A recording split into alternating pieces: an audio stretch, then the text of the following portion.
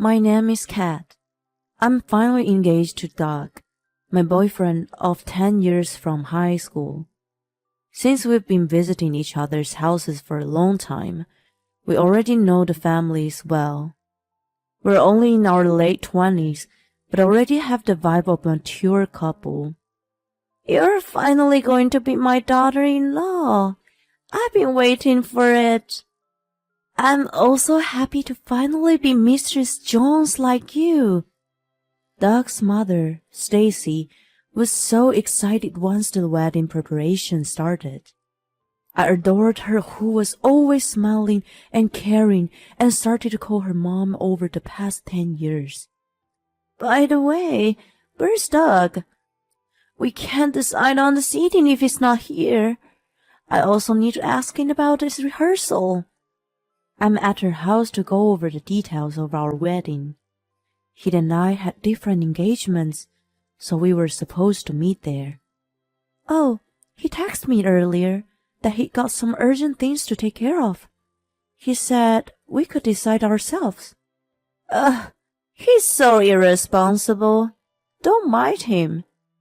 She frowned at her son's nonchalance. It reminds me of the time when I was waiting for him here using his house key and you came back before him.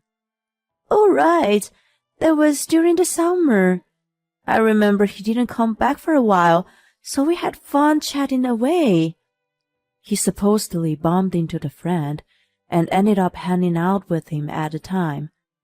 His habit of canceling plans has been going on for a long time. I got used to dealing with it after 10 years. Stacy and I reminisced about the past while working on the wedding plan together. Doug kept canceling the preparation for our wedding after that. His habit seemed to get worse than before, and he was aware of it himself. I know I'm acting weird lately.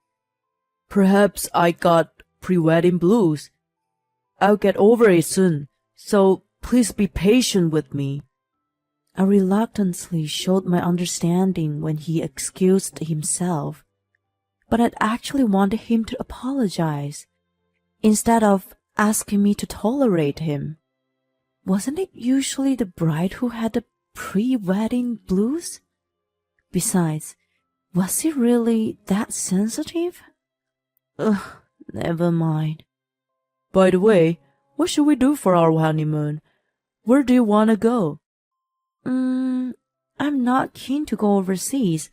I can't speak any other language than English anyway.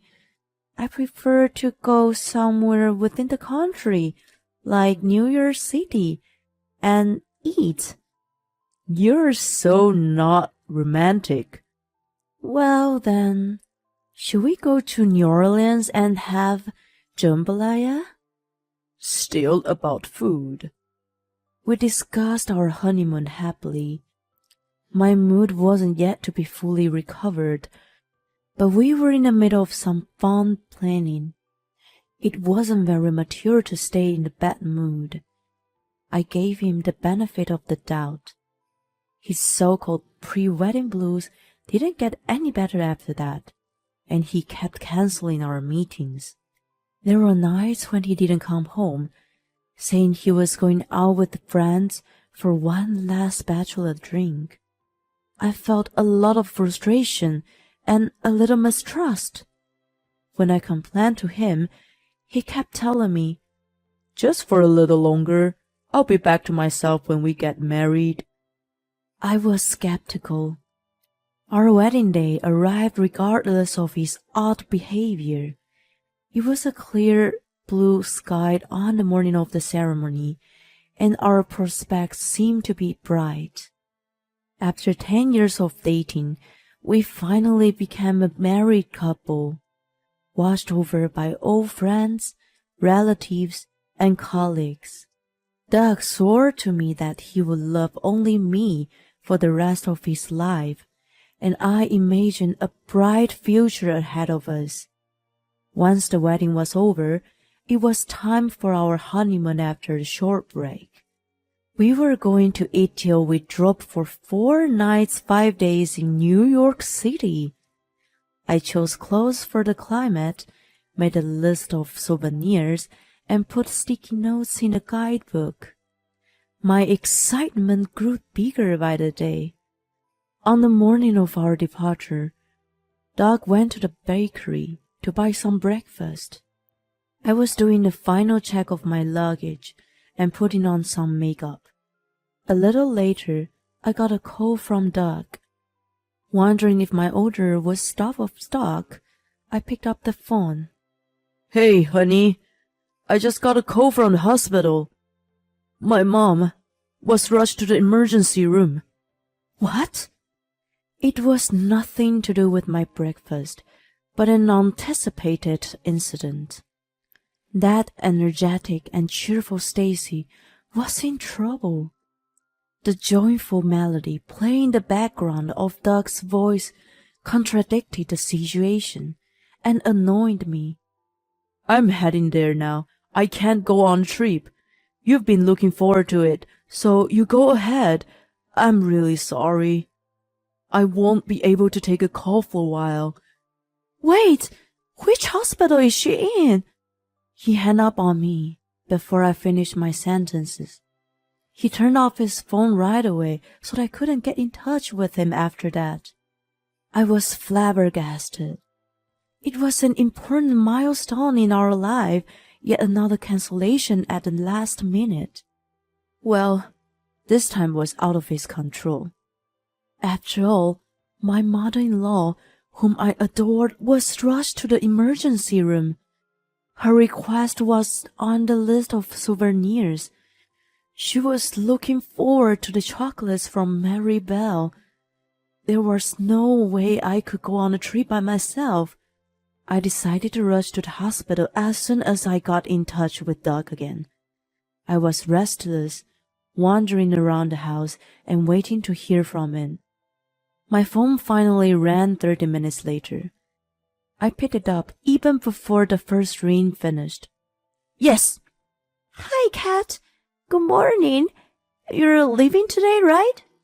It seems cold there, so take care and enjoy your trip." Wait, is this Mom? The code was from the one who had supposedly been rushed to the hospital. I picked up the phone without checking the caller on the screen. I was totally confused about what was happening. Did Doug have two mothers? Maybe that one I knew was an adoptive mom, and he had a birth mom? Is this really Mom? What's wrong with you? Why do you sound so strange? It was her for sure. I thought you were taken to the hospital. Huh? For what? I'm good as usual. She sounded dubious. I realized that Doug lied to me. It didn't matter to him that we just got married, but why? I couldn't figure out the reason. When Stacy finished listening to my explanation, she lowered the tone of her voice. I see. I'm really sorry about my idiot son. I don't know what he's trying to do. Well, can you hold for a minute? I didn't know why, but I was bothered by something.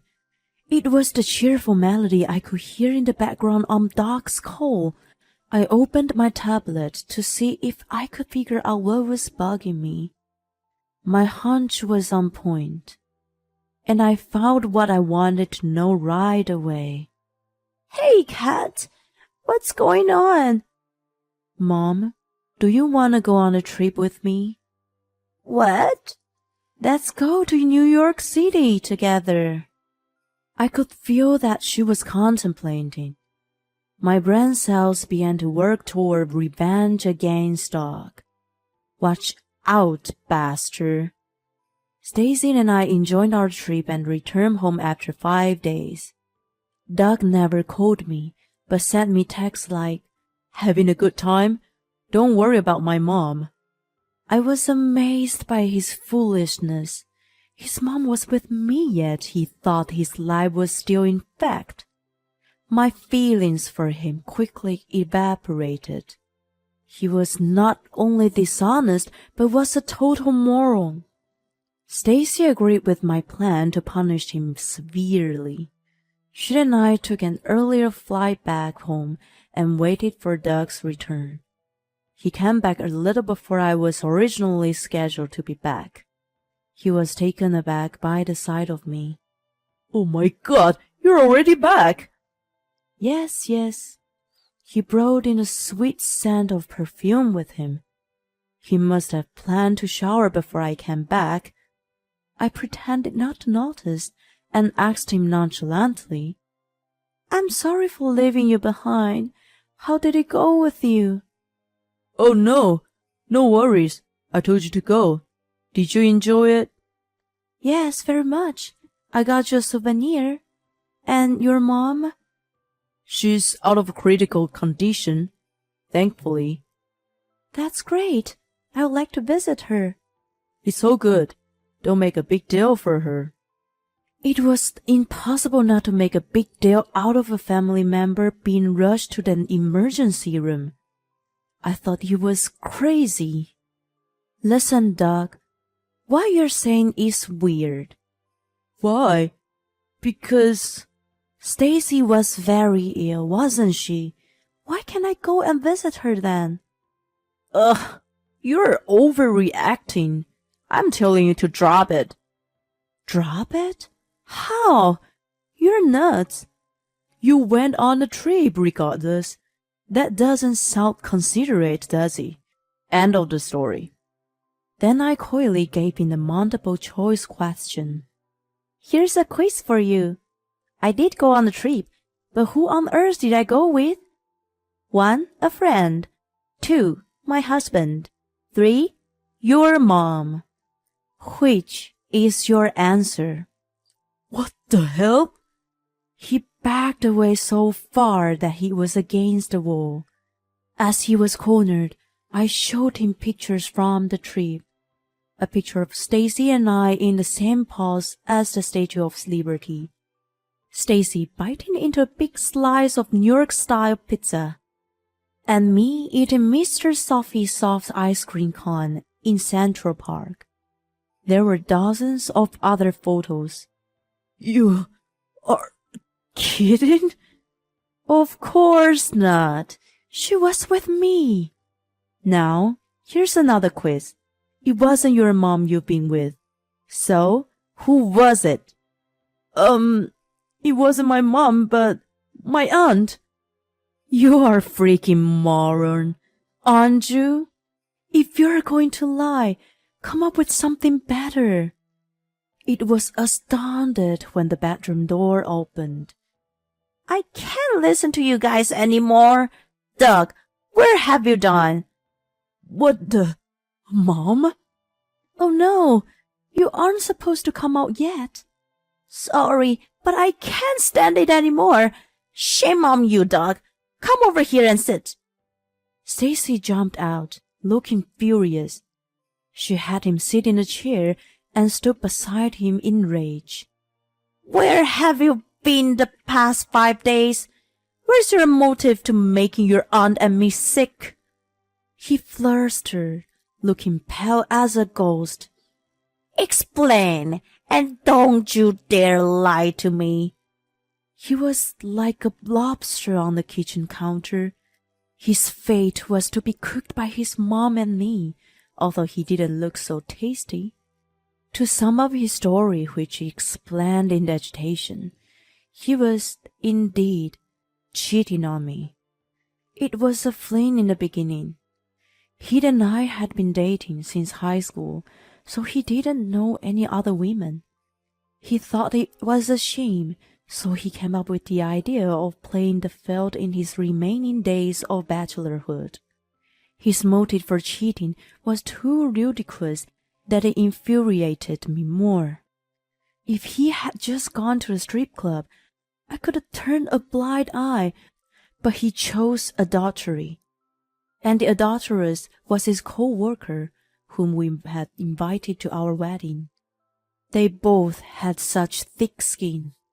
The reason he kept canceling our pre-wedding meetings was to hang out with her. When the ceremony was done, so was the fling, he thought. He made a chance to be alone with her during the reception, and told her it was over for them. However, she had fallen for me and resisted breaking up. She used threats like, "I will tell everyone at work about us when you're away on a honeymoon trip. Don't go if you don't want me to do that. I'm not going to break up with you." Their discussion was tangled up until the day of our honeymoon. The reason he suddenly canceled the trip was to calm his adulteress from going out of control. But I already knew his story contradicted the truth. He didn't decide to cancel on a day, but had already decided way before. When Stacy called me, I found out his lie. When I had checked on my tablet that day was his credit card statement, which showed a record of Amtrak and hotel name. The destination was New Orleans. It was one of the potential honeymoon spots for us. The payment was made 2 weeks ago, and there was no sign of cancellation. Taking all that into that account, it meant that he originally planned to cancel his honeymoon and go to New Orleans with his adulteress. I also checked the cheerful music playing behind his rubbish call on social media. The familiar music was coming from the fountain in the Amtrak station. When he made that call to me, his trip with his adulteress had already started. How ludicrous of him. If he had planned it for so long, he should have been more methodical with his deceit. It was really pathetic. When I exposed his lie, to my surprise, he started crying. I was the one who should have been crying, and not him who created the fiasco. He had already lied when he swore at the wedding that he would only love me for the rest of his life. He lied about his mom being rushed to the emergency room, and again lied about the sudden cancellation of our honeymoon. How could I trust him after all these lies? He may have been seeing other women when he canceled our plans before this. 10 years of our relationship had completely fallen apart, and I couldn't return to it. I want a divorce. Wait a moment, honey. I'm really sorry. Let's start over. We've only been married less than a month. You've got to let this minor mistake go. A minor mistake? Don't you be the judge. He's an idiot, Kat. I apologize on his behalf. You are so insensitive to what you've actually done to her. You won't be able to regain her trust for the rest of your life. Reflect on that, you loser. She fiercely scolded him. After 10 years of dating and 1 month of marriage, he was abandoned by his wife and his mom. He wailed shamelessly in despair. Doug and I divorced in the end. There was not a shred of affection or love left in me after 10 years together. All I had was dismay and coldness. He resisted the divorce for a long time, but he eventually gave up and signed the papers in tears. People around me were stunned to hear about the quick end of my marriage, but when I explained the audio, they sympathized with me. I returned the gifts and money I received from them. It was easy for me to do because of the alimony from Doug. My coworker says she will set up blind dates for me soon. She tells me to forget about marriage for a while and play the field. I agree with her, and am looking forward to fun encounters. Doug, too, announced his divorce and was surprised, but he couldn't get into the detail. In his case, how could he declare that it was due to his adultery? And the adulteress was in the same office. Anyway, it spread from my side, and almost everyone in his office knew about it. He's frowned upon by colleagues as a guy who cancelled his honeymoon for a trip with his adulteress. I would think no company can entrust an important job to such an idiot in the future. He made his bed. Now he has to sleep in it. As for the adulteress, she broke up with him. Apparently, she was a maid poacher. She lost interest in Doug after we separated. She's a villain of all women. I've been scheming to get back at her with the evidence I have. Stacy has been source of all that information. Since I no longer have any relationship with Doug, it's weird to keep calling her mom, but it's also weird for me to call her by her name all of the sudden. I contemplate how to address her in meanwhile. I still called her mom. She couldn't believe Doug's adultery at first and was greatly shocked when she found out. She was consistently on my side after that. When I demanded alimony from him, she even pressured him for me. I wondered why she was so cooperative regardless of our 10-year relationship. I would think that she would try to protect her own son. So I asked her one day. Her eyes stare into the distance while she explains to me. To be honest, I've been cheating before. Oh no, by your husband? Yes, I found out half a year after we got married. Seeing her always cheerful, I never imagined she went through such a terrible thing. But when I was a newlywed, the position of women was still weak in society. When I cried to my mother-in-law, she snapped at me, saying it was a wife's duty to turn a blind eye. My husband also said that it was a man's way of stress relief. I just couldn't conceive myself. The mistrust I developed then has never left me. I'm sorry. So, I had to try a little harder as a consolation to the old me. She looks at me and smiles mischievously. Never mind me, but your life is just beginning. I'm glad that you become my daughter-in-law, even if it was only for a short time. Thank you for inviting me on the trip too. I was so happy that I could choose my own chocolates. I templated for a bit and then asked her, well, if you don't mind, can we continue to be good friends? Not as my mother-in-law, but as a real friend. I would love to, but won't it be too painful for you? You would be reminded of Doug, wouldn't you? Not at all. You've been so kind to me, so I'm much better now. Are you sure? Sure. I'm really over him and the whole ordeal now. She contemplates a bit and then says, well, I'm happy to be your friend. Will you take a trip with me again? Of course. She gives me a giddy smile. Doug and I parted in a messy way, but I still adore her. We get along so well. I'm going to secretly practice calling her by name by the next time I see her.